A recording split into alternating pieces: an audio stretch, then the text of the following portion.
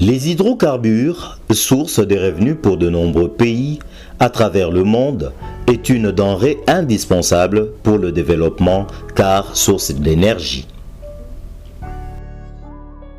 Ces derniers interviennent dans plusieurs secteurs de la vie, notamment le transport, l'industrie et tant d'autres.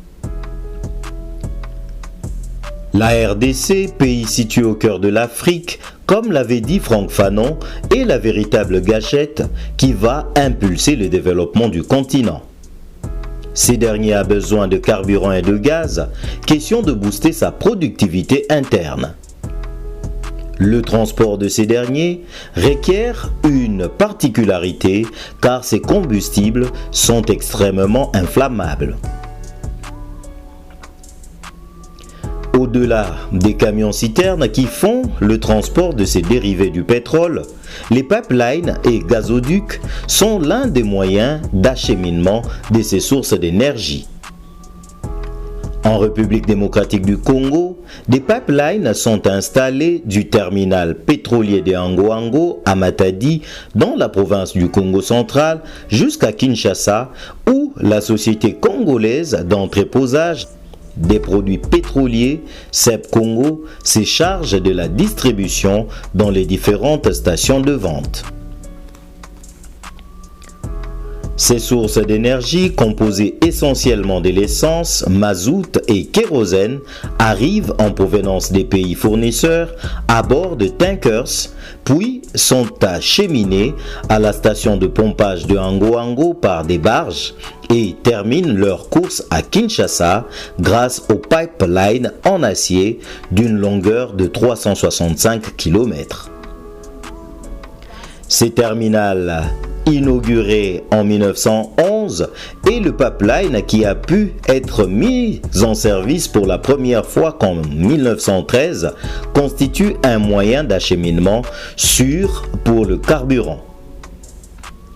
Cependant, ce canal d'acheminement est confronté à plusieurs problèmes. La vétusté de ces oléoducs qui fonctionnent 24 heures sur 24, mis en place voilà plus d'un siècle, constitue un des problèmes majeurs pour le maintien de ces systèmes de transport.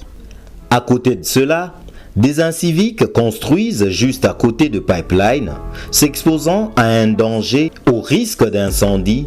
Même le terminal d'Angoango n'est pas épargné. Les autorités provinciales du Congo central avaient effectué une descente sur ce site, question de constater et voir dans quelle mesure procéder à la démolition des constructions anarchiques. Certains malfrats vont jusqu'à percer les conduits pour voler les carburants à leur risque et péril.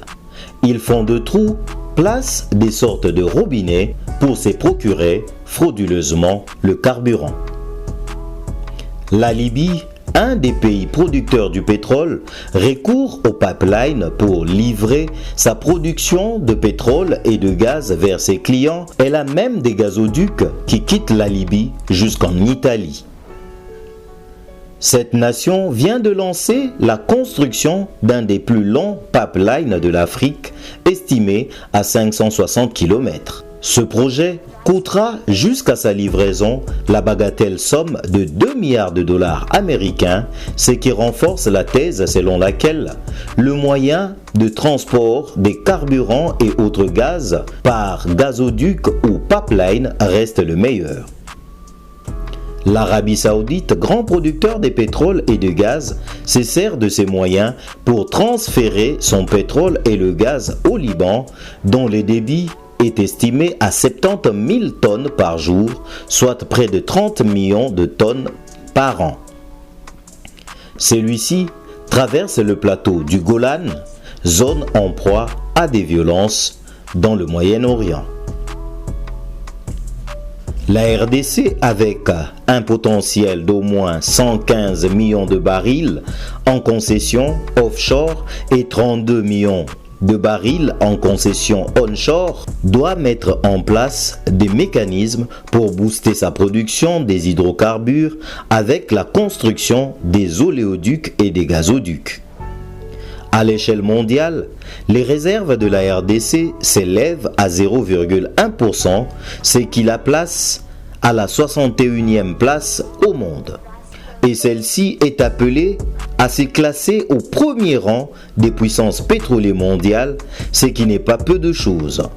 D'après certaines sources dignes de foi, d'ici 2035, les réserves de la RDC passeront à 35 milliards de barils et le pays pourrait se hisser à la 5e place en Afrique. Le pays de Félix Tshisekedi couvre un projet important qui est celui de la construction d'un oléoduc de 1200 km devant relier les champs pétroliers de Graben-Albertine à l'océan Indien. En ce qui concerne les réserves gazières, elles existent dans presque tous les blocs pétroliers.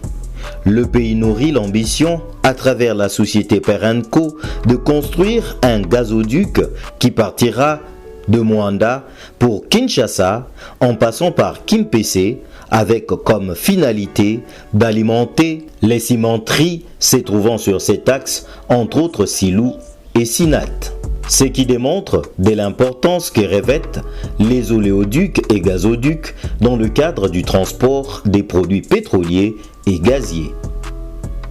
À l'instar de la Libye et l'Arabie Saoudite, les États-Unis, première puissance mondiale, tout comme le Canada, nourrissent des projets allant dans le sens de l'érection de pipelines et gazoducs pour déplacer le gaz et les pétroles ainsi que ses dérivés. Le projet le plus connu pour le pays de l'oncle Sam, qui a déjà obtenu une approbation du gouvernement américain, est celui de Trans-Canada Keystone 40. Ce dernier a pour objectif d'alimenter les raffineries dans les États du Golfe du Mexique.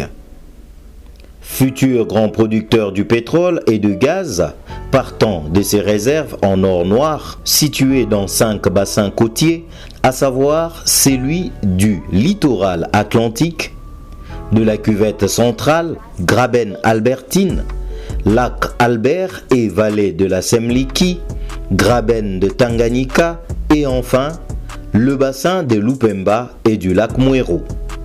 Le pays avec à la tête du ministère des hydrocarbures, son Excellence Monsieur le ministre Molendo Sakombi est appelé à nourrir l'ambition de la construction de nouveaux pipelines et gazoducs pour un meilleur transport sécurisé et aussi avoir un œil regardant sur ceux existants afin de mettre hors état de nuire les inciviques qui sabotent la ligne et ceux qui érigent des constructions anarchiques tout autour.